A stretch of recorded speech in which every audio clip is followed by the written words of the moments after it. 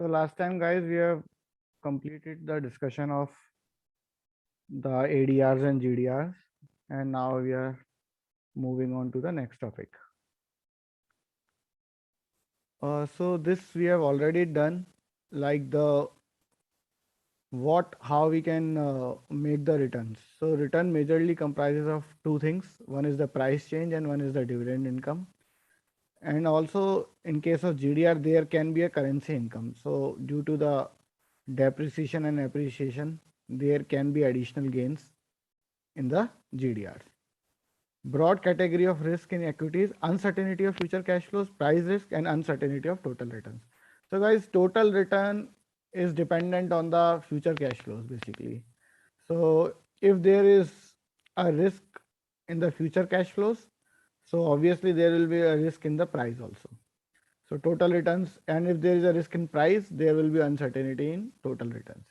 So basically, leaving the short-term changes which might happen in the share price, the longer-term returns are dependent on the earnings of the company and cash flows of the company. Is this point clear to you? Yes, sir. Great. So it's a small question given. I think you will be able to do it, and there is no need to spend time on this. It's a straightforward question. We have already done this question, I guess, in the earlier learning. So now we are going to compare the risk and return characteristics of different types of equity securities. So guys, talking about the puttable option. If we are having a puttable common share of a preferential share, the option is with the company or with the shareholder in case of puttable. Shareholder, sir. Okay. So what option he has? He has the option to sell the share at a particular price. Okay. So it is the least risky asset, least risky security, puttable, because it gives the option to the investor. Then comes the preferential shares. Why preferential shares are more risky? Preferential shares are less risky than common shares, normal common shares. Why preferential shares are less risky? Because preference shareholders are entitled to get regular dividends. Yes. So at least they are getting something. So they have a certainty of dividends or a fixed income. So in that case, and common shares, they might get dividend and they might not get the dividend. So the basic difference is the certainty in getting the dividend. Less riskier than common shares due to certainty of dividends. Final liquidation value is higher for preference shares. So in case of a liquidation or a bankruptcy, so the preferential shares have a higher preference. Then comes the common share and then comes the callable shares. Now callable shares is the most risky. Why callable shares are most risky? Anyone has any idea? So because the company can choose to call the shares at a predetermined price. Yes. And that predetermined price, what it does, it locks our profitability. It locks our potential of upside return. Yes or no? Correct? So which is more risky, callable preferential shares or common shares? Which is more risky, callable preferential shares or normal common shares? Callable, sir. Callable is more risky. Okay. Callable is more risky. And which is more risky in callable preferential shares and callable common shares? Callable common shares and callable preferential shares. Which is more risky? Common shares. Correct. Because the same case, they are not going to get the dividend. Otherwise, in both the cases, the option to call back is with the company and the management. Okay, guys. So, guys, is this slide clear to you? So please explain puttable with some examples. Puttable with some examples. Suppose you have a share. You can say like a common share. Take an example of common share. You bought it at 100 rupees. Okay, now it is a puttable common share, and in the puttable common share it means you are having an option, and there might be some terminologies and some features of that option. So we have the option that we can sell the share. The exercise price of that option is 80 rupees. The exercise price of that put option is 80 rupees. Okay. Now you bought a share at 100 rupees. The exercise price of that is 80 rupees. What do we mean by that? So downside risk is limited to 80 rupees. Correct. तो आप उसको कब बेचोगे, कब उस option को exercise करोगे? जब अगर 80 से नीचे 80 से नीचे जाएगा तो. करेक्ट. तो इसमें क्या हुआ कि भाई अब वो क्या हो सकता है, मैनेजमेंट कुछ भी बोल सकता है कि हम बाय बैक करेंगे, शेयर रीपरचेज करेंगे, जो भी चीज हो सकती है, बट अपने को सर्टेनिटी आ गई कि नहीं आ गई कि अपने को अब इतना ही रिस्क होगा? यस और no? Downside risk is protected. अगर 80 से नीचे जाता है तो क्या मेरे को लॉस होगा? नहीं सर, 80 तक ही होगा. So this is your puttable option. ठीक है. लेकिन जनरली कॉमन शेयर्स या प्रेफरेंशियल शेयर्स में नहीं होते, बॉन्ड्स में बहुत होता है. तो मैंने लास्ट टाइम आपको एग्जांपल बताया था कि अगर इंटरेस्ट रेट कम ज्यादा हो जाता है तो कॉलेबल बॉन्ड्स भी होते हैं, क्योंकि कंपनी क्या करती है, उसको रीफाइनेंस करवा देती है. सपोज मैंने 8% कूपन पे अभी बॉन्ड इशू करा और अभी मैं देख रहा हूँ मार्केट में 5% इंटरेस्ट रेट हो गया है, तो मेरे को कितना कूपन देना पड़ रहा है इन्वेस्टर्स को? 8%. 8%. ठीक है. और अभी मैं देख रहा हूँ यार 5% पे मेरे को लोन मिल सकता है. तो अगर उस बॉन्ड को मेरे को बंद करना है तो उसके लिए मेरे पास क्या ऑप्शन होना चाहिए उस बॉन्ड में? कॉलेबल. कॉलेबल. तो मैं उस बॉन्ड को कॉल कर लूंगा और मैं नए बॉन्ड्स 5% पे इशू कर लूंगा या दूसरा लोन 5% पे ले लूंगा. तो मेरे 3% की कॉस्ट बची कि नहीं बची? सर तो जैसे जैसे सर कॉलेबल है तो कॉलेबल का कूपन रेट ज्यादा होता है, पुटेबल का कूपन रेट कम होगा. करेक्ट. क्योंकि कॉलेबल पे ऑप्शन किसके पास है? कंपनी. कंपनी के पास. तो मैं एज ए इन्वेस्टर क्या बोलूंगा कि यार तुम तो कभी भी वापस ले सकते हो, तो मेरे को इसके ऑफसेट करने के लिए क्या चाहिए? Extra return. तो debt will be in the form of coupon. अभी जैसे अज्यूम करो कन्वर्टेबल डेट है और एक नॉर्मल डेट है, किसमें इंटरेस्ट ज्यादा होगा, नॉर्मल डेट में या कन्वर्टेबल डेट में? कन्वर्टेबल में. क्यों? तो कंपनी उससे वापस कन्वर्टेबल कभी भी कर देगी. तो कन्वर्टेबल का ऑप्शन किसके पास होता है, कंपनी के पास कि इन्वेस्टर के पास? कंपनी के पास. इन्वेस्टर के पास. एक होता है कंपलसरी कन्वर्टेबल बॉन्ड और एक होता है कन्वर्टेबल बॉन्ड. अगर वो कंपलसरी कन्वर्टेबल नहीं है तो कन्वर्टेबल का ऑप्शन किसके पास होगा? जिसने डेट दी है. ठीक है. और वो ऑप्शन कब एक्सरसाइज करेगा? वो जब उसको लगेगा कि यार जो मेरे को प्राइस था अभी मार्केट प्राइस उससे हाई चल रहा है और मैं लो पे खरीद सकता हूं. तो किसका इंटरेस्ट ज्यादा होगा, नॉर्मल डेट का या कन्वर्टेबल डेट का? Convertible. No. Normal debt. Normal. Convertible debt में ऑप्शन किसके पास है श्रेयांश? हाँ, इन्वेस्टर के पास. कन्वर्टेबल में इन्वेस्टर के पास है. तो वो क्या बोलेगा, कंपनी क्या बोलेगी कि भाई अगर तुमको इक्विटी का अपसाइड भी चाहिए तो मैं क्या करूंगा, थोड़ा कम इंटरेस्ट दूंगा. करेक्ट है ना? Are you getting the point? Yes sir. Yes sir. समझ आ रहा है ना? कोई doubt? We No, can sir. Discuss no further. Sir. Okay, then we are moving to the next slide. अभी गाइस बात आती है रिक्वायर्ड रेट ऑफ रिटर्न की, कॉस्ट ऑफ इक्विटी की एंड रिटर्न ऑफ इक्विटी की. सो सबसे important एक major factor होता है रिटर्न ऑन इक्विटी. ये काफी मेजर रेशियो माना जाता है किसी भी कंपनी का एनालिसिस करते हैं. So what is the formula of return on equity?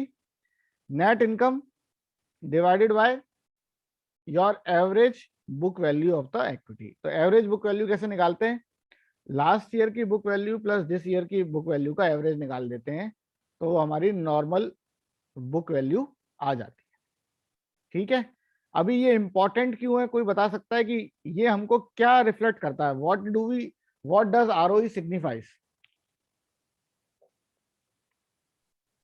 Sir जो इक्विटी शेयर होल्डर्स ने पैसा इक्विटी लगाया है, कंपनी उस पर कितना पैसा बना रही है?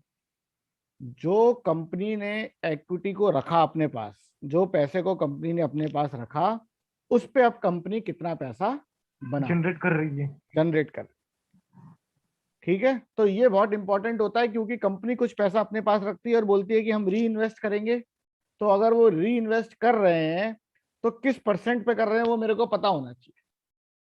इंक्रीमेंटल आरओई है कि नहीं है, मतलब जो नए प्रोजेक्ट्स अगर मैं लेता हूं, इन्वेस्ट करता हूं, अगर उसकी आरओई मेरे पुराने प्रोजेक्ट से कम होगी तो मेरी आरओई कम हो जाएगी कि बढ़ेगी? नए अगर मैं नया प्रोजेक्ट लेता हूं और पैसे को कम आरओई के प्रोजेक्ट में डालता हूं तो ओवरऑल आरओई मेरी कम होती चलेगी कि नहीं होती चलेगी? Yes sir, yes sir. तो इससे क्या होता है, ईयर ऑन ईयर बेसिस पे जब मैं आरओई को देखता हूं तो मेरे को पता चलता है कि कंपनी के डिसीजंस कैसे रहे। क्या कंपनी अपनी हाई आरओई को मेंटेन कर पाया, या कंपनी की आरओई गिर गई है, या कंपनी के जो नए प्रोजेक्ट्स थे वो किस आरओई के थे। जनरली 15% से ऊपर की आरओई को एक अच्छा पैरामीटर माना जाता है। The denominator book value of equity is affecting by management choices of accounting methods. अब ये भी जरूरी है, इक्विटी कैसे निकालते हो गाइस? कैसे निकालते हो आप equity? What is the book value of equity,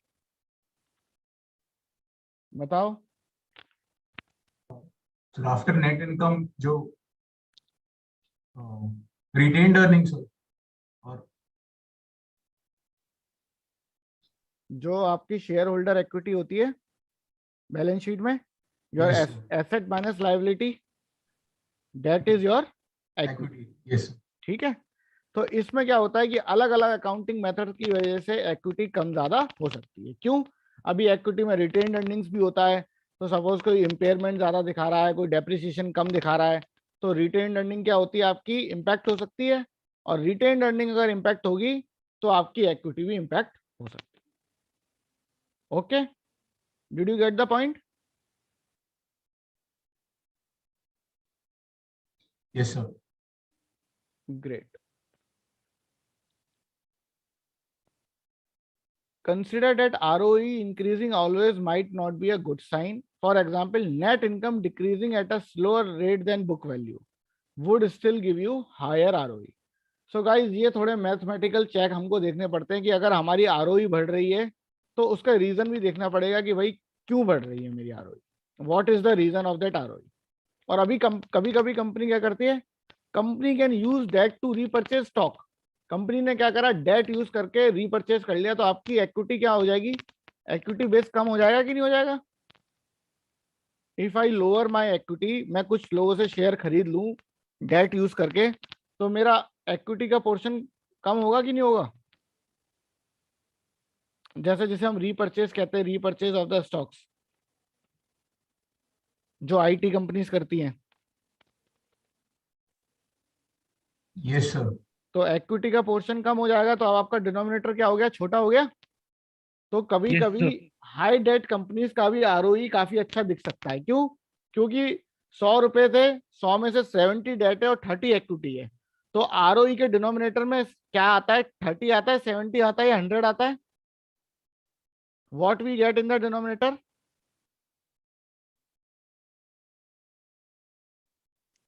अगर 100 रुपए थे, 70 डेट ली, 30 की इक्विटी ली, तो 30। डिनोमिनेटर 30 आएगा, करेक्ट? Yes sir. और अभी दूसरी कंपनी है, उसने 50-50 डेट और इक्विटी ली, तो क्या आएगा? 50। करेक्ट है ना? Yes sir. So did you get this point guys? इसलिए ROCE लेते हैं क्या, लाइक? इसीलिए हम रिटर्न ऑन कैपिटल को इंपॉर्टेंट मानते हैं। क्यों? क्योंकि नीचे के डिनोमिनेटर के बेस में क्या आता है, पूरी की पूरी कैपिटल आती है। सर तो ROE जैसे जो कंपनीज होंगी जिसके पास जीरो डेट होगा उसके लिए ROE गुड मेजर है रेशियो के उससे। नहीं, आरओई जीरो डेट या जीरो इक्विटी से मतलब नहीं है, एक बैलेंस प्रोपोर्शन में होनी चाहिए, है ना? मतलब जो प्रोपोर्शन है वो बैलेंस्ड होना चाहिए। ठीक है भाई, डेट टू इक्विटी 0.4 है, 0.5 है, इट्स ओके। जो बाकी कंपेरेबल कंपनी जो इंडस्ट्री में डेट टू इक्विटी रेशियो चल रहा है उसमें आगे पीछे होनी चाहिए यार। Okay sir. ठीक है, तो जैसे जिस कंपनीज के पास डेट है उसका आरओई ज्यादा अच्छा, मतलब लाइक आरओई ज्यादा इंपॉर्टेंस है कि आरओसीई ज्यादा सही चीज देखो है देखने? जनरली क्या है कि जो लो डेट कंपनीज, आईटी कंपनीज में आरओई देखते हैं, क्योंकि जनरली वहां पे कंपनीज पे डेट होती नहीं आईटी कंपनीज में। ठीक है, राइट, यस ठीक है। अभी जैसे अपनी टेंजिबल कैपिटल गुड्स की कंपनी है, इंफ्रास्ट्रक्चर की कंपनी, डेट होती है, then there we see ROC. ठीक है, क्योंकि वहां यस हमको डेट का प्रपोर्शन भी इंक्लूड करना है। और ROC is a good indicator, why? Because मान लो ना 100 रुपए और मेरे को 80 की डेट मिल गई और 20 की इक्विटी, तो आरओई निकाल के कोई मतलब बनेगा? नहीं सर, मेरे को तो ये देखना है ना 100 रुपीज पे कितने रुपए बना पा रहा हूँ मैं। और आरओई में करेक्ट, न्यूमरेटर क्या होता है, आरओसी में debt plus equity, numerator, numerator numerator sir same net no, EBIT, EBIT. क्यों? क्योंकि अभी नीचे मैंने डेट भी ले ली और कैपिटल भी ले ली, हाँ तो इंटरेस्ट सर, मेरे को वो पैसा निकालना है जो इंटरेस्ट देने से पहले, डिविडेंड देने से पहले निकलेगा। यस और नो? यस भाई, सर, भाई बेस क्या है, टोटल कैपिटल। तो ऊपर अर्निंग भी तो टोटल वाली आनी चाहिए ना, जो डेट देने से पहले और इक्विटी होल्डर को देने से पहले निकली। अभी यहाँ पे नेट इनकम क्यों लेते हैं? क्योंकि नेट इनकम वो पैसा बचता है जो मैं इक्विटी होल्डर को दे सकता हूँ। यस सर, भाई ईबिट थोड़ी है वो पैसा जो इक्विटी होल्डर को दे सकता हूँ। ईबिट में से तो अभी दो खर्चे निकालने हैं, कौन कौन से? इंटरेस्ट का खर्चा और टैक्स, टैक्स का खर्चा। ठीक है, यस सर, तो इसलिए मैं क्या करता हूँ, टोटल कैपिटल लिए तो मैं वो पैसा देखता हूँ जो before giving it to the equity holder and debt holder क्या है। Got it? यस सर, तो आरओसी क्या बताता है? नेचर ऑफ द बिजनेस, कि कुछ बिजनेसेस होते हैं जो हाई आरओसी के होते हैं, कि वो पैसा ही ज्यादा बना पाते हैं, कि कम कैपिटल लगा के ज्यादा पैसा बन सकता है। बट आरओई के केस में तुम ये नहीं बता सकते कि ये अच्छा पैसा बना के देती है, इंडस्ट्री की नहीं बना सकती। क्योंकि आरओई क्या होता है, आरओई कैन बी चेंज, थोड़ा बहुत अकाउंटिंग वो लगा के उसको थोड़ा सा मैनिपुलेट किया जा सकता है। Is this point clear to you? Yes sir, Okay, guys, just give me a second. I just got a call. Sorry, guys, just got a call. So, guys, are you able to understand the difference between ROE and ROC, or any discussion Yes, on sir. that? ठीक है, Shreyansh? Yes sir, Okay, great. Now, guys, contrast between market value and book value of equity securities. So, guys, Sir, ये तो someone has said something. yes, sir. Yes, yes, Harsh. Sir इसके पीछे क्या क्या major हो सकते हैं? आपकी वॉइस ब्रेक हो रही है हर्ष।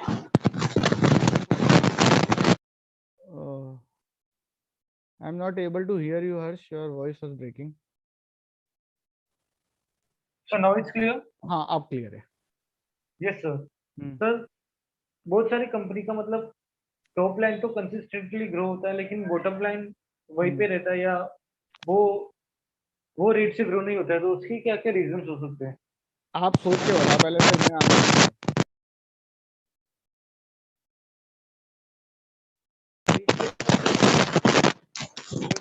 आपकी वॉइस ब्रेक हो रही है। सर एक रीजन तो ये हो सकता है कि वो एकदम कम प्रॉफिटेबिलिटी में बिजनेस कर रहे हैं। हाँ, तो देखो दो तरीके होते हैं। आप म्यूट कर लो, आपकी वॉइस ब्रेक हो रही थी। तो मैं बताता हूँ कि सपोज कंपनी का रेवेन्यू बढ़ रहा है और उसकी प्रॉफिटेबिलिटी उस रेट से नहीं बढ़ रही, तो Shreyansh, do you have any point two provide on this? क्या रीजन हो सकता है?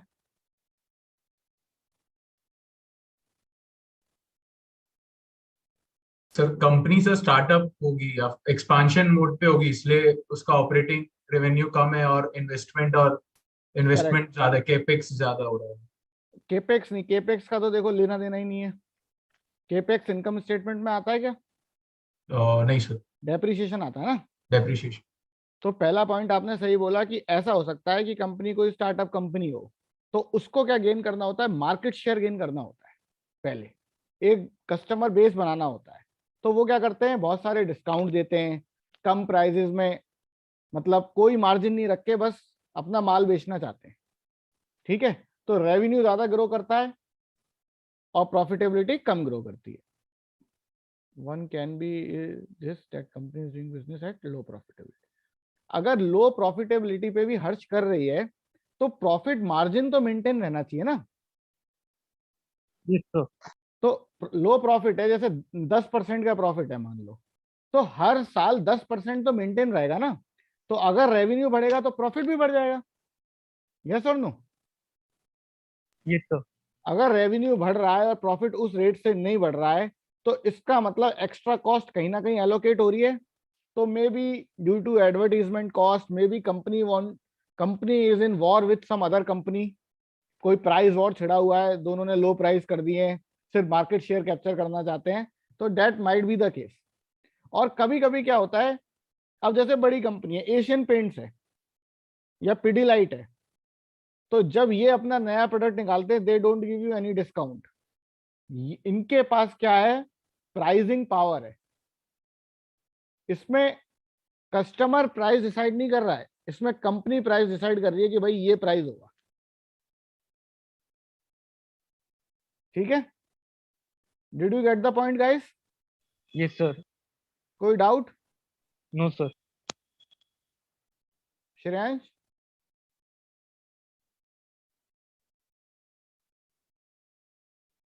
No doubt, sir. Great.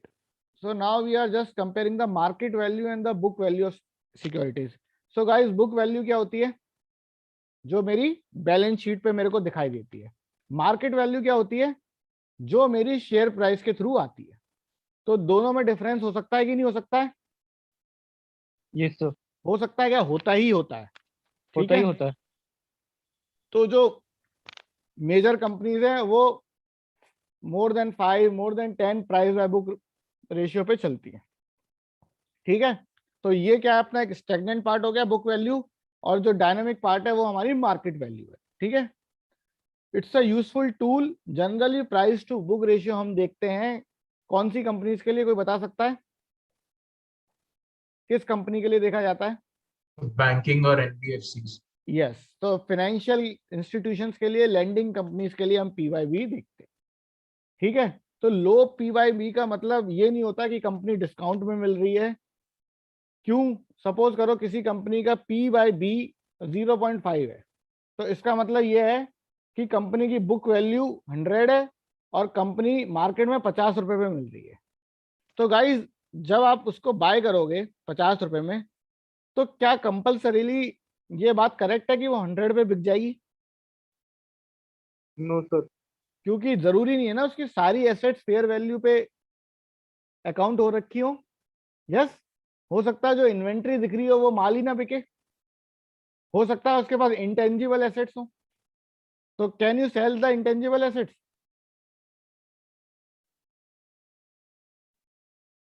Are you getting the point?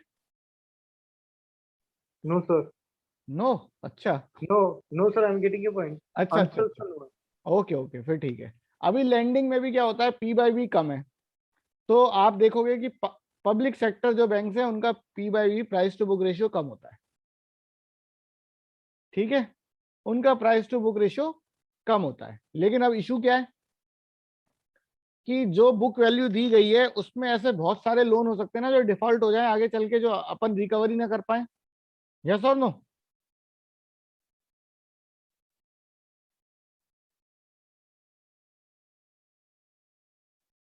Yes, sir.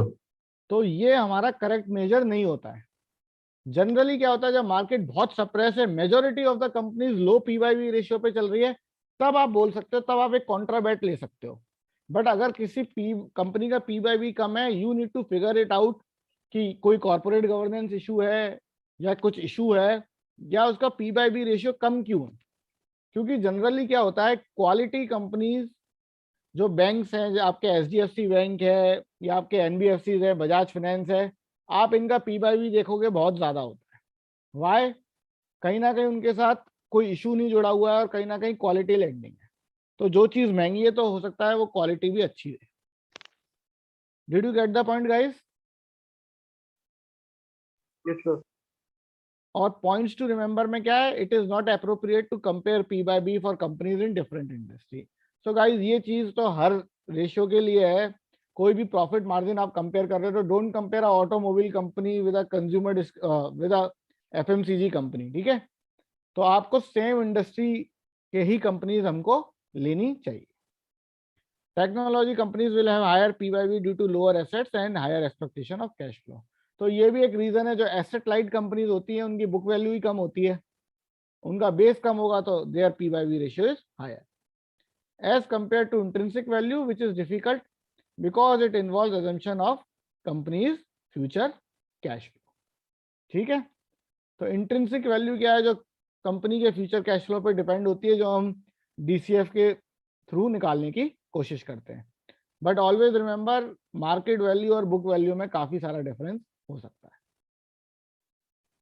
And that is not a bargain purchase कि भाई आपने लो पी/बी की कंपनी खरीद ली और आप बोलो कि अब सब बढ़िया हो गया है। So it is not compulsory. Is my point clear to you guys? Yes, sir. Can I move ahead?